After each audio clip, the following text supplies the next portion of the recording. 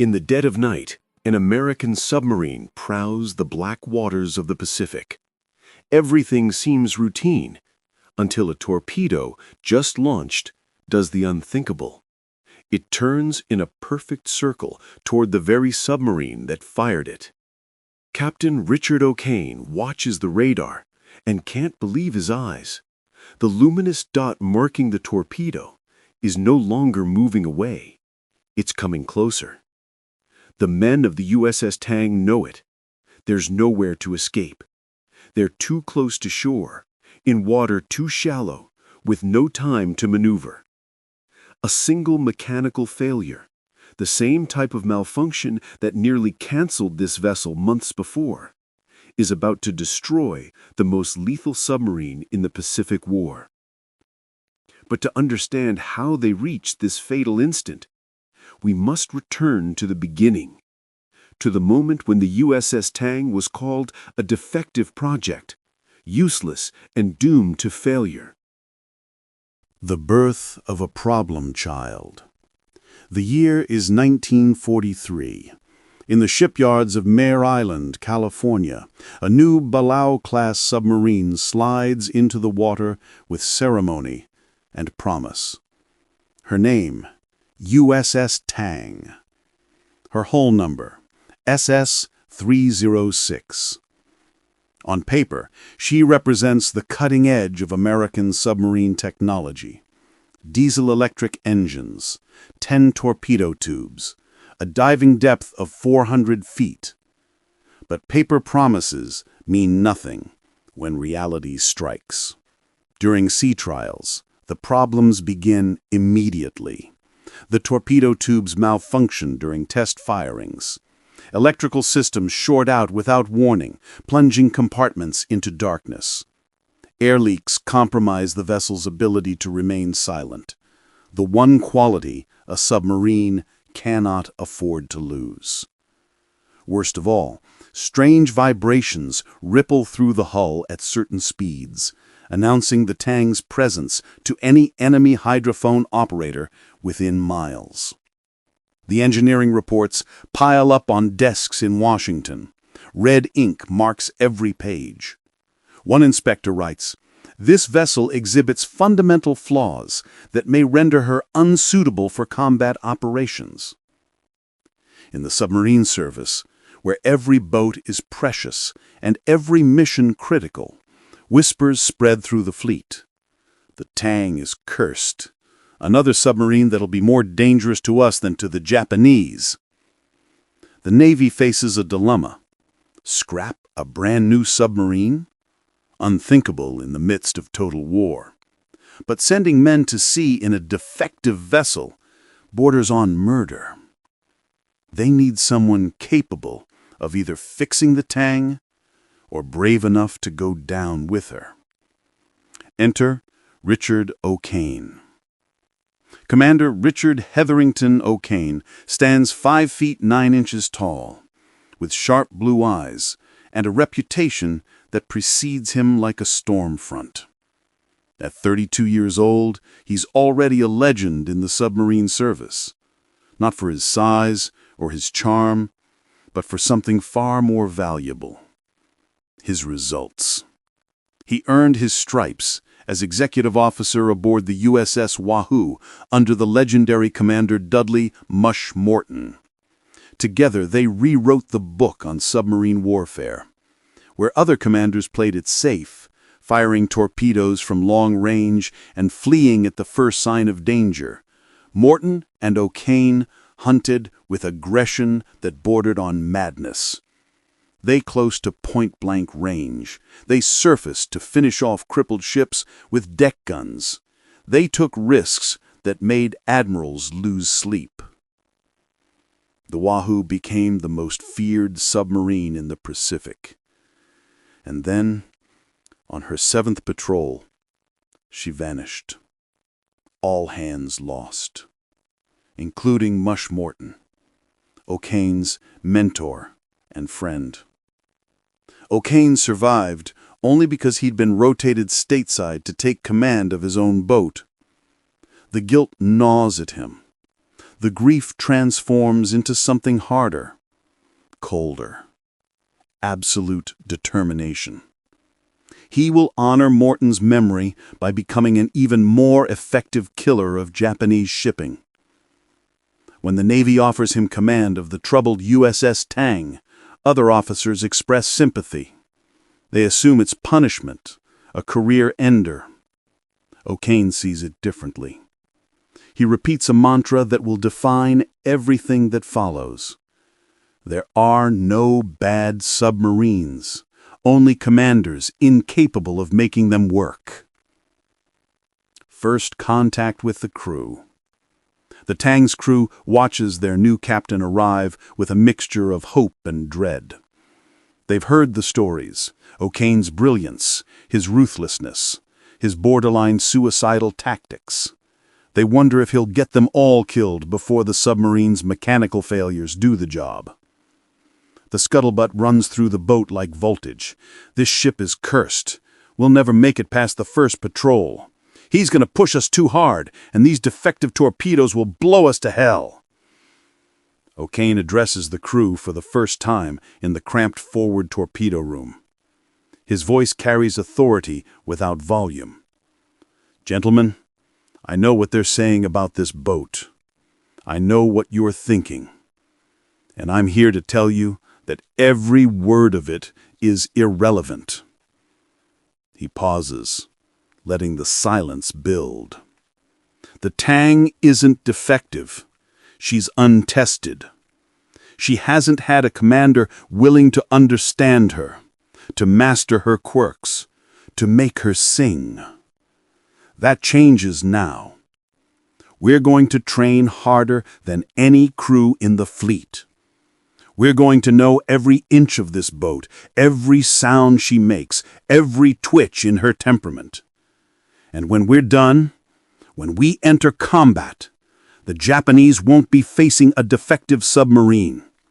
They'll be facing a perfectly tuned weapon. They'll be facing death itself.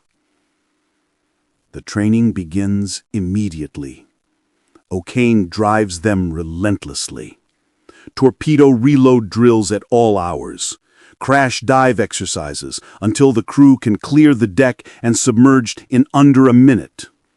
Silent running practices where even a dropped wrench earns a withering stare from the captain. He times everything, measures everything, improves everything. He works personally with the torpedo mechanics, studying the erratic Mark 14 torpedoes that have plagued the entire submarine fleet. Their problems are well documented. Faulty depth controls, magnetic exploders that detonate prematurely or not at all, circular runs that endanger the firing vessel. O'Kane can't fix the torpedo's design. That's above his pay grade. But he can learn to compensate. He develops firing solutions that account for the weapon's unpredictability. He trains his crew to adjust on the fly, to recognize malfunctions before they become disasters. Slowly, grudgingly, the crew's skepticism transforms into something else. Not quite confidence yet, but a willingness to believe. Maybe this captain really can turn their cursed boat into something formidable. Maybe they won't die after all. Or maybe they'll die accomplishing something legendary. Into the war zone. January 1944. The USS Tang slips out of Pearl Harbor before dawn, leaving behind the relative safety of Hawaii for the killing grounds of the Western Pacific. Her destination, the waters around the Caroline Islands, a Japanese stronghold bristling with warships, supply convoys, and patrol craft. For the crew, the voyage westward feels endless.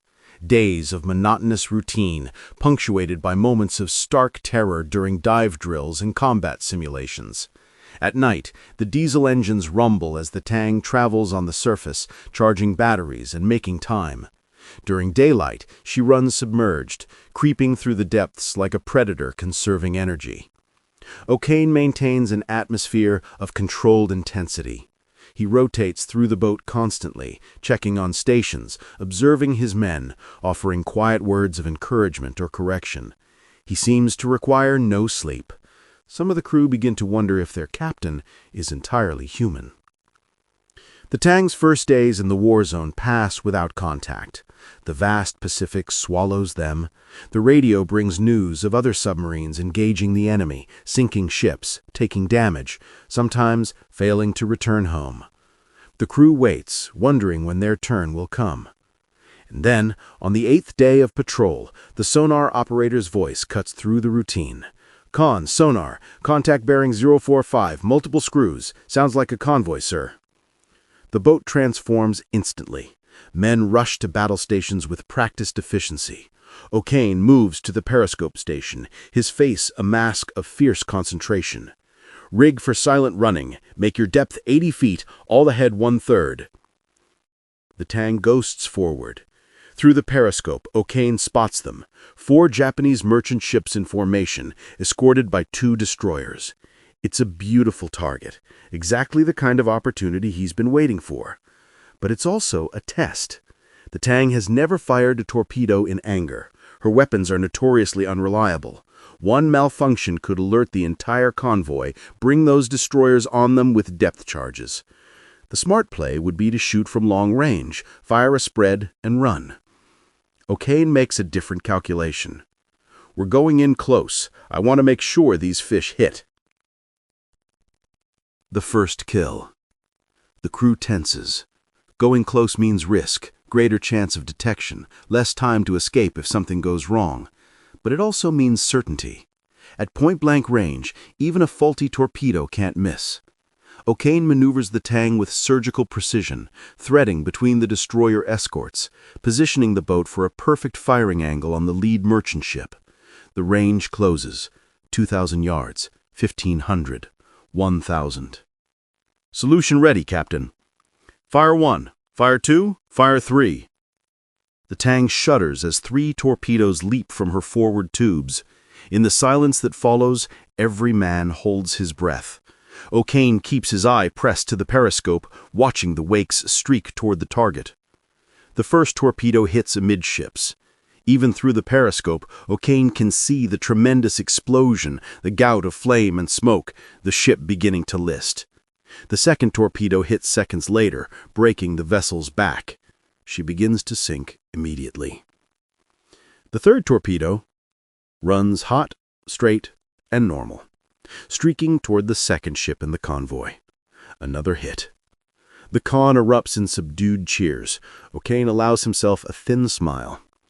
"Reload forward tubes. Make your depth 200 feet, all ahead full. Let's get out of here before those destroyers figure out what happened." The Tang dives deep and slips away as the destroyers above race around like angry hornets, dropping depth charges at random, unable to locate their tormentor. The charges boom in the distance, far off target. Inside the Tang, men grin at each other. It worked. The cursed submarine just proved she could kill. The pattern emerges. Over the following weeks, the Tang hunts with devastating efficiency. O'Kane refines his tactics with each encounter, learning the boat's capabilities, pushing boundaries that other commanders wouldn't dare approach.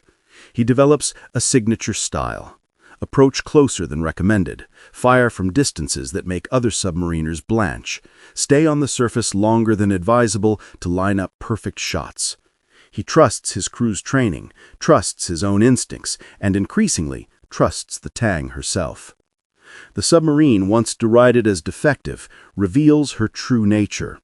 Yes, she has quirks, vibrations at certain speeds, temperamental electrical systems, but O'Kane and his crew learn to work around them, compensate for them, even use them to their advantage. By the end of the first patrol, the Tang has sunk 5 ships. 5 confirmed kills in a single deployment. The cursed submarine returns to Pearl Harbor with victory pennants flying, her crew exhausted but exhilarated.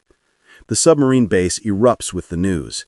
The Tang, that defective boat everyone wrote off, just became one of the most successful submarines in the fleet. In the Officers' Club, commanders study O'Kane's patrol report, trying to understand how he achieved what seemed impossible. But among the crew, a different conversation unfolds. Yes, they're proud. Yes, they proved the doubters wrong. But they also know the truth. The torpedoes remain dangerously unreliable. They've seen duds, erratic runs, premature explosions. They've been lucky so far. Luck doesn't last forever. The Second Patrol, Evolution of a Legend. April 1944. The Tang departs for her second war patrol with a crew transformed by success. The doubt has evaporated, replaced by something fiercer, confidence bordering on arrogance. They've stared down the defective reputation and won. They've proven that O'Kane's methods work. Now they're hungry for more. O'Kane takes them deeper into Japanese-controlled waters this time, the Yellow Sea and East China Sea, the vital shipping lanes between Japan's home islands and her conquered territories. It's dangerous water, heavily patrolled, but rich with targets. The hunting is spectacular. O'Kane unleashes tactics that would horrify the submarine command back in Pearl Harbor if they knew the full details. He conducts night surface attacks, using the Tang's low profile and the darkness to approach convoys at close range before diving. He fires down-the-throat shots at charging destroyers, nerves of steel required as the enemy ship bears down on the Tang's position. He even surfaces after attacks to finish off crippled ships with the deck gun, gambling that the chaos and confusion will prevent accurate counterfire. It's calculated madness, and it works brilliantly. The crew develops an almost supernatural coordination. The torpedo room gang can reload tubes in record time. The sonar operators learn to distinguish between different types of ships by sound alone. The helmsman can hold the boat steady at periscope depth in rough seas. The chief engineer nurses the temperamental engines through impossible demands. And O'Kane sees patterns in chaos. He anticipates convoy routes, predicts escort movements, finds gaps in Japanese defenses that shouldn't exist but do. He operates on instinct honed by study, aggression tempered by calculation. By the end of the second patrol, the Tang has sunk 10 more ships. The total is climbing toward numbers that seem impossible for a single submarine. Japanese perspectives. In Tokyo, in the offices of the Imperial Japanese Navy, reports filter in from surviving convoy crews. The accounts are consistent and disturbing. A submarine operating with unusual aggression, attacking from extremely close range, displaying uncanny timing and positioning. One survivor's testimony, translated and filed in military intelligence records: "We did not hear the submarine approach. We did not see the torpedo wakes until too late. The attack happened so quickly we believed we faced multiple submarines. When we learned it was only one, we could not believe it." Another report, from a destroyer captain: "This submarine does not behave like American submarines. It takes risks that seem suicidal. It closes to ranges where we should easily detect and destroy it. Yet it escapes every time. Either the crew is insane or the commander is a genius, possibly both." The Japanese give the Tang a grudging nickname in their internal communications: the Silent Killer. Convoy routes are adjusted to avoid areas where the Tang has been spotted. Escort protocols are strengthened. Orders go out to destroy this particular submarine at any cost. But the Pacific is vast, and the Tang is a ghost. The Third Patrol, Inside the Pressure Cooker. June 1944. Third Patrol. The Tang ventures back into the same hunting grounds, and this time the Japanese are ready. The aggressive tactics that brought such success now invite fiercer retaliation. The first sign comes during an attack on a 6-ship convoy. O'Kane maneuvers into position, fires a spread of torpedoes, scores multiple hits. But as the Tang tries to slip away, one of the escort destroyers gets lucky. Its sonar picks up the Tang's signature despite the silent running protocols. the depth charges begin. If you've never experienced a depth charge attack, you cannot truly understand terror. The charges explode with force that defies description. Not just sound, but pressure. A physical assault that hammers every surface, every body, every nerve. The submarine's hull groans and flexes. Light bulbs shatter. Instruments crack. Cork insulation rains from the overhead. Men's ears bleed from the concussion. Inside the Tang, during that first sustained depth charge attack, the crew faces their nightmare scenario. They're deep, running silent, trying not to make a sound that might help the destroyer localize them. But the boat itself betrays them. A rivet pops, spraying a thin jet of seawater into a compartment. In the eerie silence, the stream sounds like a fire hose. A machinist's mate crawls to the leak, presses his hand against it, absorbs the icy pressure. His face goes white with pain, but he doesn't move, doesn't cry out. Another sailor brings a wooden wedge and a hammer wrapped in cloth. Together, in silence, punctuated by distant explosions, they plug the leak. This scene repeats throughout the boat. Small crises, small heroisms, men doing what's necessary to keep the Tang alive. O'Kane stands at the plotting table, face impassive, tracking the destroyer's movements through sound alone. He's playing a deadly game. If he moves, the destroyer will hear him. If he stays still, the destroyer might stumble across his position by luck. He has to outthink his opponent, predict the pattern of the depth charge runs, position the Tang in the gaps between explosions. After 2 hours, the destroyer gives up and rejoins the convoy. The Tang surfaces that night to assess damage and recharge batteries. The crew looks like they've aged years in hours. Some are shaking. Others sit in 1,000-yard stares. O'Kane moves through the boat, making eye contact, offering quiet words. He doesn't say, "Good job," or "Well done." He says, "That's what we trained for, that's why we're the best." And somehow, it helps. The rescue mission. Not everything the Tang does involves killing. In July, during her third patrol, O'Kane receives an urgent message. An American pilot has been shot down near a Japanese-held island. He's in the water, wounded, surrounded by enemy patrol boats searching for him. Standard procedure would be to let the pilot's fate unfold. Submarines don't interrupt war patrols for search and rescue. It's too risky, too likely to compromise the mission. But O'Kane makes a different choice. He makes for the pilot's last known position at flank speed. The Tang arrives at dawn. Through the periscope, O'Kane spots the pilot clinging to a piece of wreckage, barely conscious. He also spots 3 Japanese patrol boats systematically searching the area. The right move is to submerge and slip away.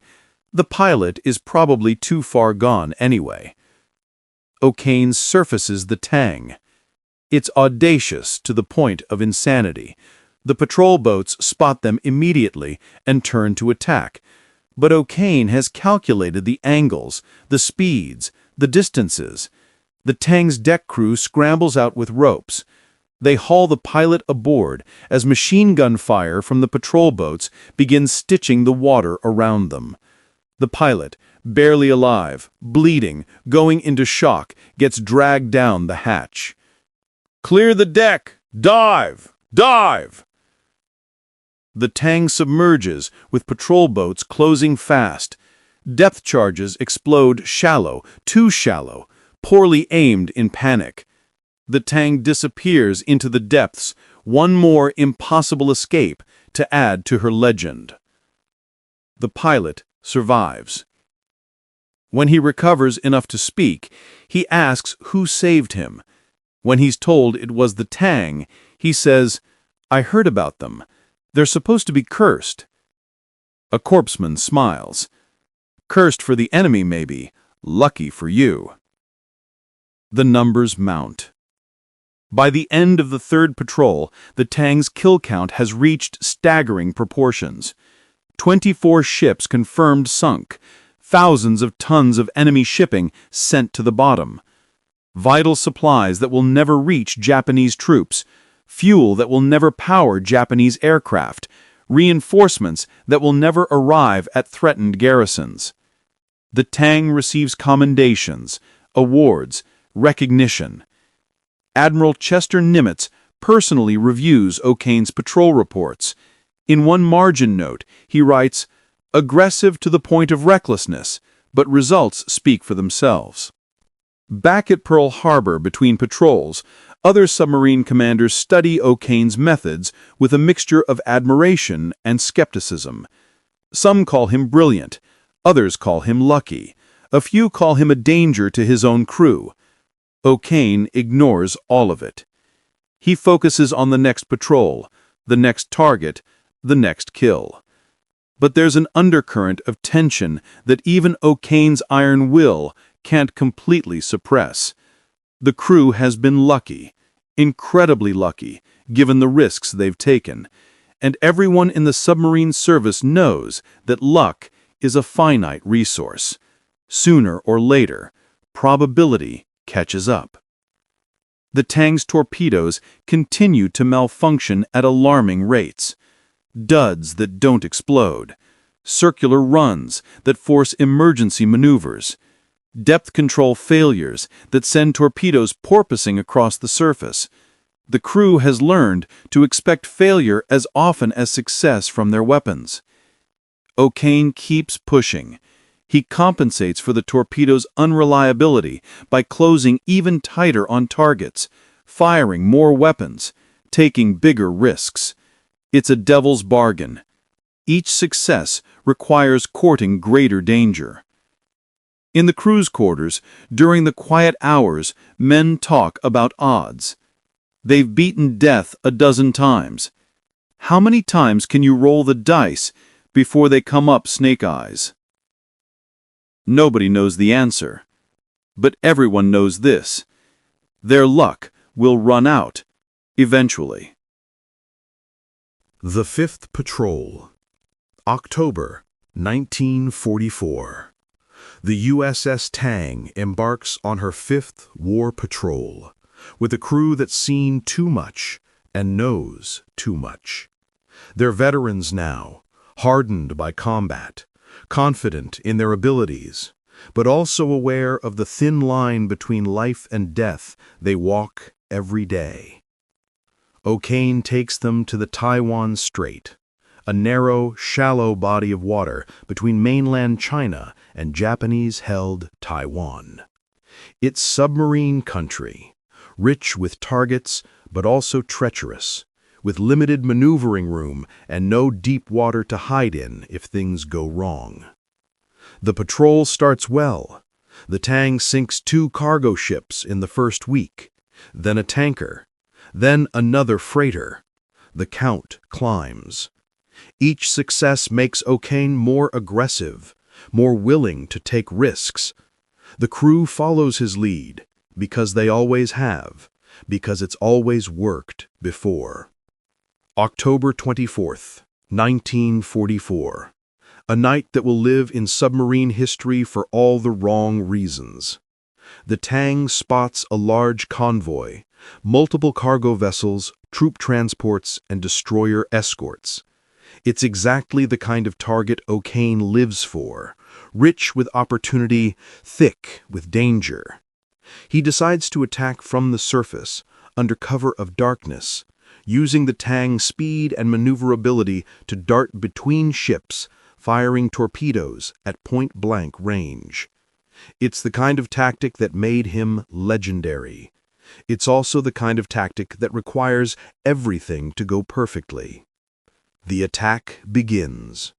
The Tang approaches the convoy at 20 knots, spray breaking over her bow, diesel engines roaring. On the bridge, O'Kane and the leakouts scan for threats. Below, the crew stands ready at battle stations. The torpedo rooms are loaded and primed. Every man knows his job. Bearing, mark. Range, mark. Angle on the bow, mark. O'Kane calls down targeting data rapid fire. The fire control team cranks calculations into the torpedo data computer, an analog marvel of gears and cams that converts observations into firing solutions. Solution ready, Captain. Fire 1, Fire 2, Fire 3. The torpedoes leap from the forward tubes. Through binoculars, O'Kane watches them streak toward the first cargo ship. The wakes are clearly visible in the moonlight. Too visible. The convoy spots them and erupts in chaos. Ships begin emergency turns. Destroyers race toward the Tang's position. The first torpedo hits. The explosion lights up the night. The cargo ship lurches, breaks apart, begins to sink. The second and third torpedoes both hit the same troop transport, a devastating double blow that tears the ship in half. Reload forward tubes, hard right rudder, all ahead flank. The Tang turns sharply, maneuvering for another attack angle. Shells from the destroyer escorts bracket the submarine, splashes in the water, close but not quite on target. O'Kane remains focused, calling out bearings, lining up the next shot. Fire 4, Fire 5, Fire 6. More explosions. Another ship hit, listing badly. The convoy is in total disarray now, ships scattering in all directions. The Tang has achieved what it does best: maximum chaos, maximum destruction. But the torpedo count is running low. O'Kane has been firing aggressively, and the Tang is nearly empty. He makes a decision: use the last 2 torpedoes, then break contact and disappear into the night. Stand by aft tubes. This will be the last shot before we run. The circular run. Torpedo number 23 slides into the water from the Tang's stern tube.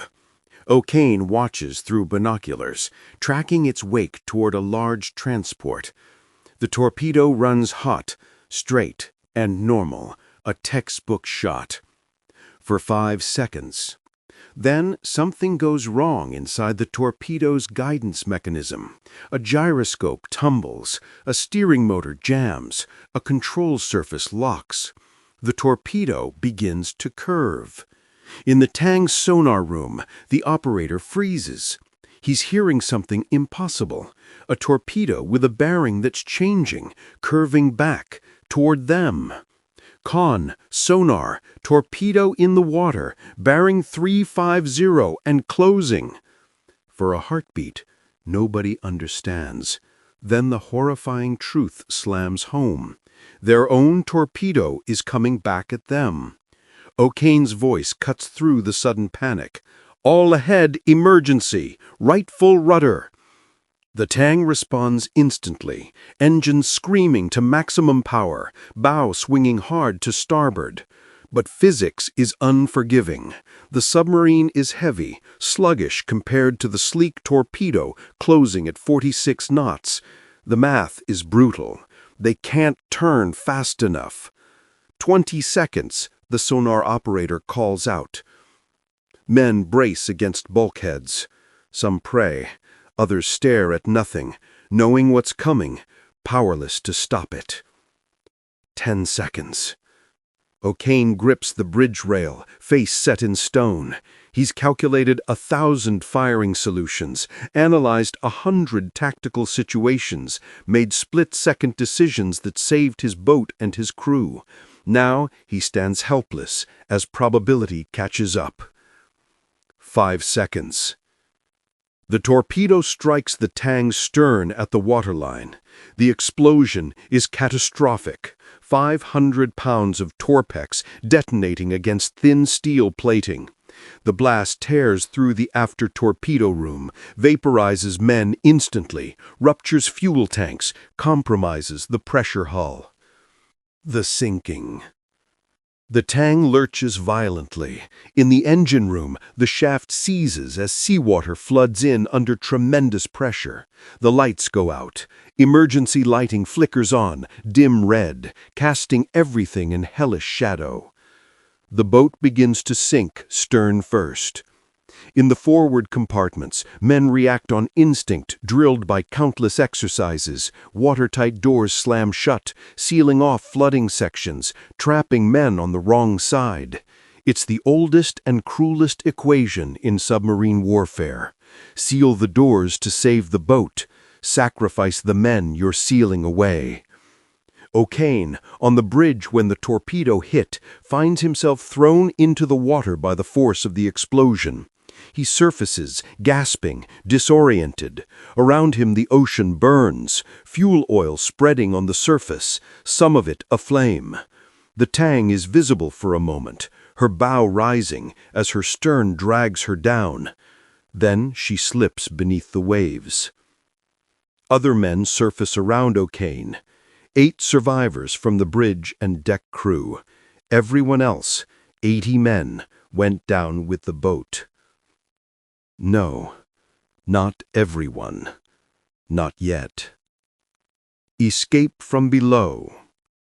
Inside the Tang, in compartments that haven't flooded, 30 men are still alive. The submarine settles on the bottom at 180 feet, deep enough to be dangerous, shallow enough that escape might be possible. The crew has trained for this scenario. Every submariner knows the mumps and lung drill. A primitive escape device, essentially a breathing bag that provides a few breaths of air during an ascent. In theory, men can escape from depths of 200 feet using the Momsen lung. In theory. The escape trunk in the forward torpedo room is the only option. Men gather there in the darkness, water already pooling around their ankles. The air is thick with oil fumes and the smell of fear. They know the math. Not everyone will make it. The escape trunk can only process a few men at a time, and they don't know how long the boat will hold together. The most senior survivor makes the call. Youngest men first. If anyone deserves a chance at life, it's them. One by one, they enter the escape trunk. The chamber floods. The pressure equalizes. The outer hatch opens. Men kick toward the surface, clutching their Momsen lungs, fighting nitrogen narcosis, battling the urge to breathe. Some of them make it. Some of them don't. Some of them surface unconscious and drown. Some get the bends during the ascent and thrash in agony before slipping back under. Some simply disappear into the dark water, never seen again. In total, 13 men escaped the sunken Tang. Combined with O'Kane and the 8 survivors from the bridge, 22 men out of 87 survive. The Japanese destroyers still circling the area pick up the survivors. The men expect execution, standard practice for many Japanese ships dealing with submarine crews. Instead, they face something different. Grudging respect mixed with brutality. One Japanese officer speaking broken English asks, "You, Tang?" O'Kane, barely conscious, nods. The officer's expression shifts to something like awe. "You, silent killer." The survivors are taken prisoner. The conditions are harsh: beatings, inadequate food, disease. But they survive the war. Barely. The accounting. When the final records are compiled after the war, the USS Tang statistics stagger even hardened submarine veterans. In 5 war patrols spanning less than a year of combat operations, the Tang sank 33 Japanese ships, totaling over 100,000 tons of enemy shipping. It's a record unmatched by any other American submarine in World War II. Not just successful, historically, legendarily successful. Richard O'Kane receives the Medal of Honor for his actions during the Tang's final patrol. The citation specifically mentions his leadership, his aggressive tactics, his courage under fire, and his attempt to rescue crew members even after the Tang went down. But O'Kane carries a different weight. Of 87 men under his command on that final patrol, 65 died. The mathematics of war may favor his aggressive tactics. 33 ships sunk at the cost of 1 submarine. But mathematics don't account for the faces he remembers, the men who trusted him, the crew who followed him into death. In interviews after the war, O'Kane speaks carefully about the Tang. He defends his tactics as necessary and effective. He argues that submarines exist to sink ships, and the Tang excelled at that mission. But there's something in his eyes, something that wasn't there before the war, a darkness that comes from carrying too many ghosts. The torpedo problem. The investigation into the Tang's loss confirms what submariners suspected throughout the war. The Mark 14 torpedo was fundamentally flawed. Circular runs occurred with disturbing frequency. Depth control failures were common. The magnetic exploder was unreliable. Duds plagued the fleet. The Navy eventually fixed the problems, but not before costing American lives and compromising missions.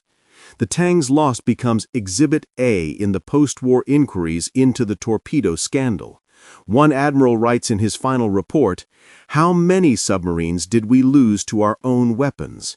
How many missions failed because our torpedoes didn't work?" The Tang was the best submarine in the fleet, commanded by the best captain in the fleet, and she was destroyed by our own defective equipment. The legend. But the Tang story transcends the technicalities of torpedo malfunctions and military inquiries. It becomes something larger, a symbol of what determination and excellence can achieve against impossible odds. The submarine that was written off as defective, that everyone expected to fail, became the deadliest hunter in the Pacific. The crew that doubted their ship learned to trust her. The captain who seemed reckless proved to be brilliant. Together they accomplished something that will never be repeated. In submarine bases around the world, the Tang's name carries weight. New crews hear the stories, the aggressive tactics, the close-range attacks, the rescue missions, the impossible escapes, and yes, the tragic end. They learn that excellence comes with risk, that pushing boundaries sometimes means falling over the edge, that the line between legendary and dead is razor thin. The USS Tang wasn't just a machine, she was a spirit, indomitable, fierce, uncompromising. She was 87 men who went to war knowing they might not return, who did their duty with skill and courage, who wrote one of the most remarkable chapters in naval history. Final image. Somewhere in the Taiwan Strait, 180 feet below the surface, the USS Tang rests on the bottom. Her hull is a tomb for 65 men who never made it home. But it's also a monument to their skill, their sacrifice, their extraordinary achievement. The silent killer of the Pacific fell silent on October 24, 1944, but her legend echoes still. In every submarine that takes aggressive action against the enemy, in every commander who pushes boundaries to accomplish the mission, in every crew that refuses to let equipment failures or bad luck or overwhelming odds define their fate. The USS Tang taught the submarine service a lesson that remains relevant. There are no defective vessels, only the question of whether you have the courage and skill to master them. From failure, she forged legend. From mechanical problems, she created history. From doubt and derision, she earned immortal respect. The USS Tang, born defective, died heroic, remembered forever.